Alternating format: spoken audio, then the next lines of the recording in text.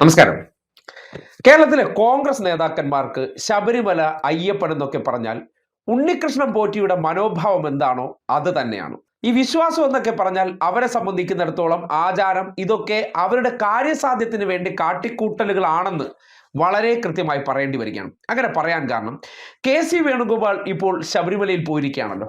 K C. വേണുഗോപാലിന്റെ ശബരിമലയിൽ നിന്നുള്ള ഒരു പ്രതികരണം നിങ്ങളെ കേൾപ്പിക്കാൻ പോവുകയാണ്. അവിടെയാണ് ഞാൻ എന്തുകൊണ്ടാണ് ഈ ഉണ്ണികൃഷ്ണൻ പോറ്റിയുടെ മനോഭാവം, ഉണ്ണികൃഷ്ണൻ പോറ്റി എന്ന് പറഞ്ഞാൽ ഒരു പോറ്റിയാണ്. ഒരു വിശ്വാസിയെ സംബന്ധിച്ച് നോക്കുമ്പോൾ പോറ്റി എന്ന് പറഞ്ഞാൽ എന്താണ്? വിശ്വാസത്തിന്റെ ഏജന്റ് ആണെങ്കിൽ പോലും അദ്ദേഹം എന്ന് പറഞ്ഞാൽ വളരെ സത്യസന്ധനും ആ വിശ്വാസത്തെ വളരെ പവിത്രമായി കാണുന്ന ആളെന്നാണ് പറയുന്നത്. പക്ഷേ ആയിരുന്നു അല്ല, അയ്യപ്പന്റെ സ്വർണം വരെ കട്ടുകൊണ്ട് പോകാൻ വേണ്ടി കയറിയ കള്ളനായിരുന്നു. അയാളുടെ മനസ്സിൽ എന്ത് മാത്രമേ ഉള്ളൂ?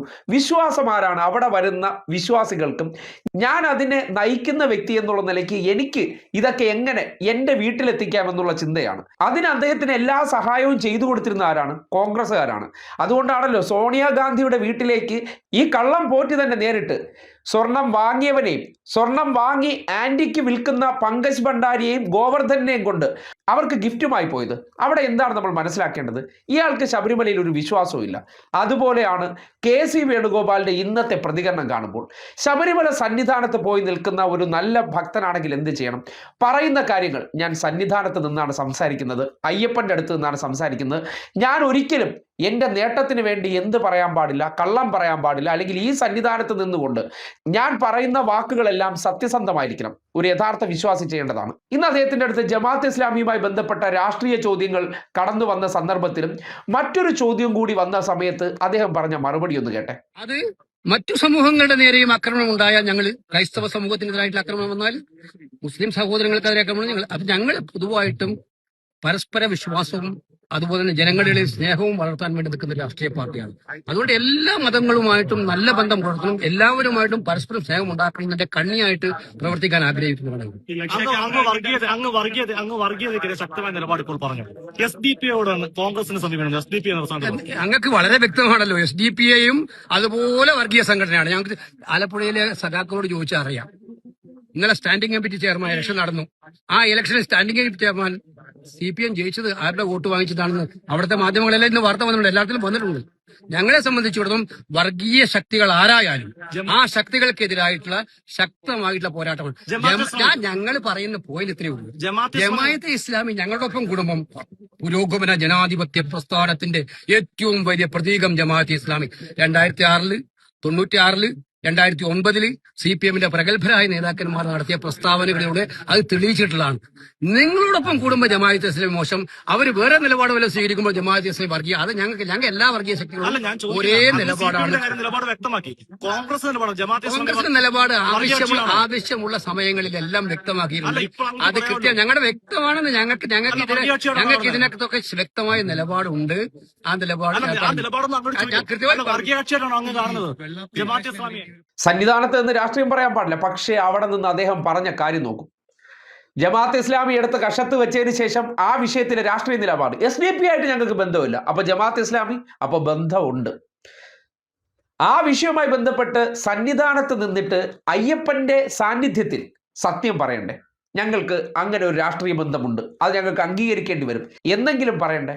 പക്ഷെ അവിടെ നിന്ന് പോലും പച്ചക്കള്ളവും അല്ലെങ്കിൽ രാഷ്ട്രീയ നിലപാട് പോലും പറയാൻ തയ്യാറല്ല എന്ന് പറയുമ്പോൾ അയ്യപ്പ സന്നിധിയിൽ പോലും ഇവർ ആരായി മാറുന്നില്ല, ഇവരല്ലാതായി മാറുന്നില്ല.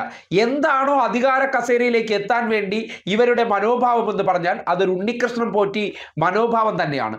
എങ്ങനെ അയ്യപ്പനെ വെച്ചിട്ട് എൻ്റെ രാഷ്ട്രീയ നേട്ടത്തിന് ഗുണമുണ്ടാക്കാം, അല്ലെങ്കിൽ ഉണ്ണികൃഷ്ണൻ പോറ്റി ചിന്തിക്കുന്ന പോലെ അയ്യപ്പന്റെ കൂടെ നിന്നിട്ട് എങ്ങനെ എൻ്റെ സാമ്പത്തിക നിലയിൽ മാറ്റമുണ്ടാക്കാം, എനിക്കിവിടെ ഇരിക്കുന്ന സാധനങ്ങളൊക്കെ കൊണ്ടുപോയി എങ്ങനെ എൻ്റെ കുടുംബത്തിന് സമ്പത്തുണ്ടാക്കാമെന്ന് ചിന്തിക്കുന്നത് പോലെ തന്നെ അയ്യൻ്റെ സന്നിധിയിൽ പോയി നിന്നിട്ട് എൻ്റെ രാഷ്ട്രീയ നേട്ടത്തിന് വേണ്ടി എങ്ങനെ ആ സ്പേസ് ഉപയോഗിക്കാം, ആ സന്നിധാനം ഉപയോഗിക്കാമെന്ന് ചിന്തിക്കുന്ന ഒരു 916 കപട വിശ്വാസിയാണ് കെ.സി. വേണുഗോപാൽ എന്ന് ഈ ഒരൊറ്റ പ്രതികരണത്തിൽ തെളിയിക്കുകയാണ്.